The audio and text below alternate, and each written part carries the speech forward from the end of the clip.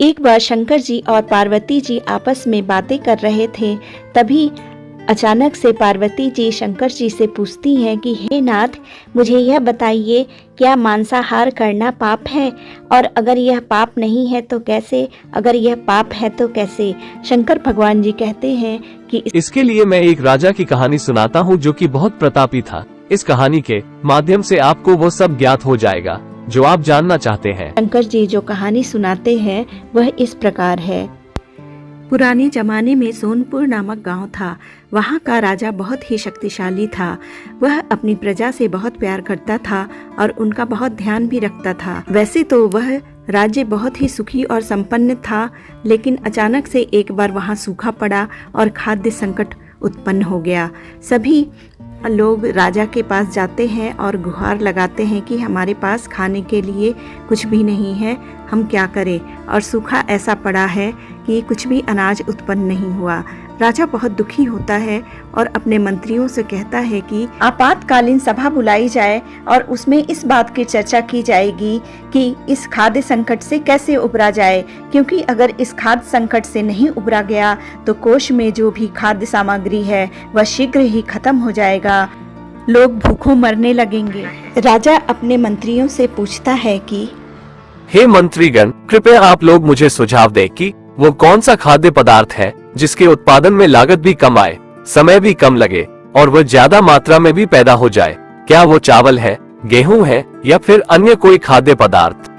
लोग अपने अपने विचार देते हैं। कोई चावल का समर्थन करता है, कोई गेहूं का और कोई फल सब्जियों का। लेकिन एक मंत्री था जो शिकार का बहुत शौकीन था। वह मन ही मन सोचता है कि क्यों ना राजा से कुछ ऐसा आदेश करा लिया जाए जिसके तहत ज्यादा से ज्यादा शिकार खेला जा सके और जिसके तहत तरह तरह के जानवरों का मांस खाया जा सके।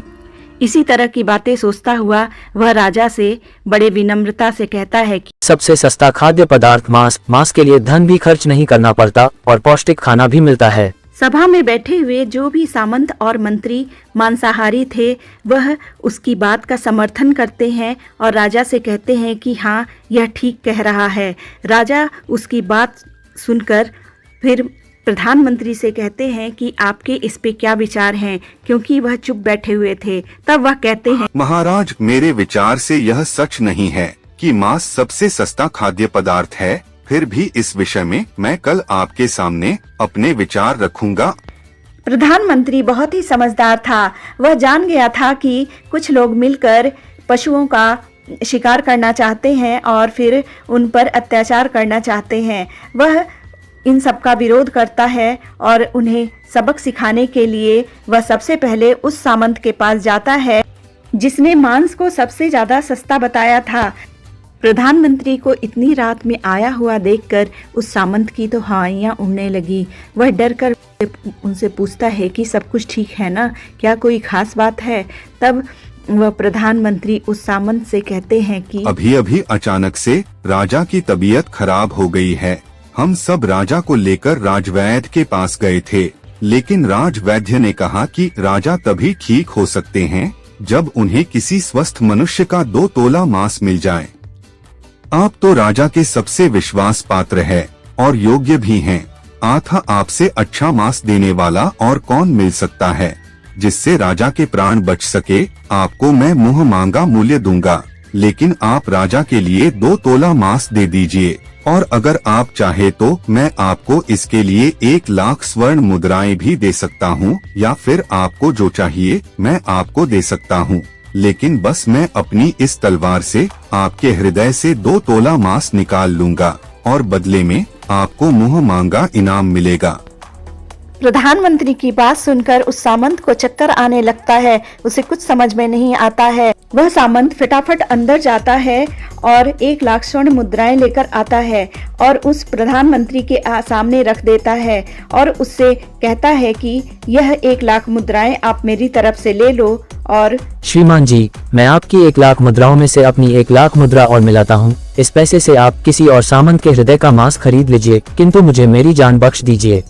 प्रधानमंत्री मन ही मन सोचता है कि इसे और डराया जाए ताकि यह मांस भक्षण को सही न ठहराए और मांस को सबसे सस्ता आहार न माने।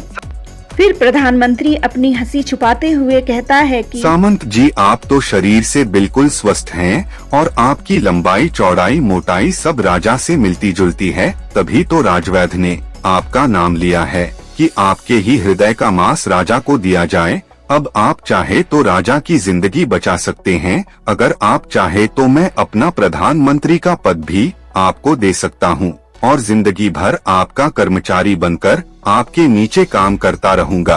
प्रधानमंत्री की इतनी बातें सुनकर वह सामंत वहां से भागने लगता है और रथ पर बैठने लगता है। तभी पीछे से आवाज आती है, अरे तुम अपने परिवार को छोड़ के कहाँ जा रहे हो? फिर वह किसी तरह आता है और फिर कहता है हे प्रधानमंत्री महाराज, मैं इस योग्य नहीं हूँ। जब मेरे प्राण ही नहीं बचेंगे तो मैं इस प्रधानमंत्री का पद या फिर राजा का सिंहासन भी लेकर क्या करूँगा? आप चाहे तो मेरा सब कुछ ले लीजिए, लेकिन आप मेरे प्राण ना लीजिए। मैं आपको अपना सारा धन दौलत दे सकता हूँ और मैं आज ही इस राज्य से बाहर चला जाऊंगा। कुछ भी मुझे प्रिय नहीं है। जब मेरे प्राण ही नहीं रहेंगे तो मैं इस धन दौलत और परिवार का क्या करूँगा? वह सामंत बहुत डर चुका था। वह सोचता है कि अब मैं क्या करूं, यहाँ से भागना ही उचित होगा, कहीं ऐसा ना हो कि मेरे प्राण ही चले जाएं। फिर वह प्रधानमंत्री कहते हैं कि आपको कहीं जाने की आवश्यकता नहीं है, आप कल सभा में जरूर आइएगा और आप निश्चिंत होकर अपने घर में रहिए। मैं किसी दूसरे सामंत के पास जाता हूँ, शायद वह राजा की जान बचा ले। इतना कहकर प्रधानमंत्री वहाँ से दूसरे सामंत के पास चला जाता है।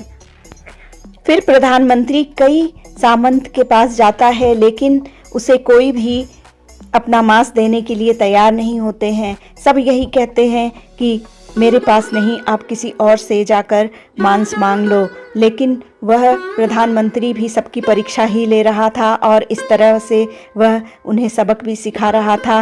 वह बारी बारी से कई सामंतों के घर जाता है, लेकिन वह सब उसे स्वर्ण मुद्राएं देते हैं और वापस कर देते हैं। फिर सुबह होने से पहले वह बहुत सारी स्वर्ण मुद्राओं के साथ प्रधानमंत्री अपने घर पहुंचता है। दूसरे दिन सभा में सबको पहुंचना था। निश्चित समय पर सभी लोग सभा में पहुंच जाते हैं, लेकिन सभी लोग शांत बैठे हुए थे। उनके मन में तरह तरह के विचार आ रहे थे, बहुत सारे प्रश्न उठ रहे थे, लेकिन कोई किसी से कुछ कह नहीं रहा था। उन्हें लग रहा था कि हमारी जान बच गई है, यही बहुत बड़ी बात है, लेकिन न जाने आगे और क्या हमें सुनना और करना पड़ेगा। सभी को राजवैद्य का इंतजार था कि उनसे ही सूचना मिलेगी, क्योंकि राजा को आने में देर हो रही थी। तभी प्रधानमंत्री आते हैं और उसके बाद राजा आते हैं। राजा तो बिल्कुल ही स्वस्थ थे, उन्हें कुछ भी नहीं हुआ था। सभी सामंत यह देखकर आश्चर्यचकित हो जाते हैं। तभी प्रधानमंत्री राजा के सामने 1 करोड़ स्वर्ण मुद्राएं रखते हैं, जिसे देखकर राजा भी आश्चर्यचकित हो जाते हैं।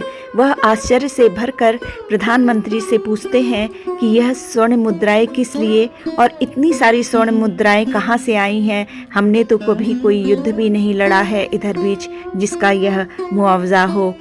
तब प्रधानमंत्री कहते हैं कि महाराज, 2 तोला मांस के लिए इतनी धनराशि जुटाई है, लेकिन मांस नहीं मिल सका। अपनी जान बचाने के लिए सामंतों ने यह मुद्रा दी है। अब आप बताइए कि मांस कितना सस्ता है। राजा को प्रधानमंत्री की बात समझ में आ गई और उन्होंने मन ही मन सोचा कि मेरा प्रधानमंत्री कितना बुद्धिमान है।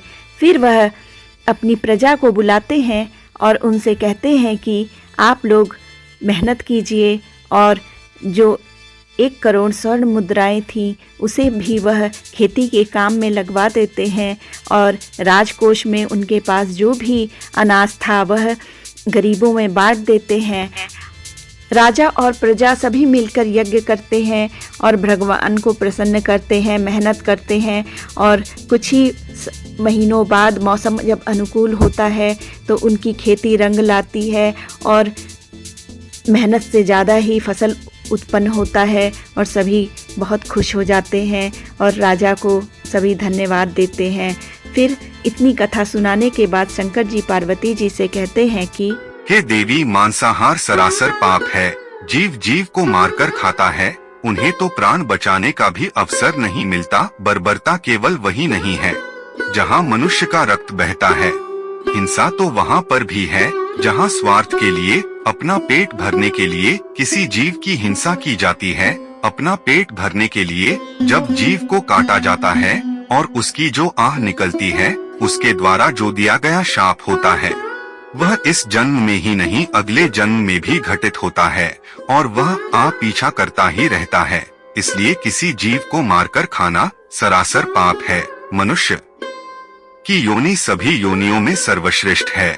इसलिए मनुष्य जीवन मिलने पर सत्कर्मों को संचित करके रखना ही सर्वश्रेष्ठ है। पार्वती जी शंकर जी से यह कथा सुनकर अति प्रसन्न होती हैं और वह उनका जयकारा लगाने लगती हैं। पति परमेश्वराय नमो नमः। ओम नमः शिवाय। ओम नमः शिवाय।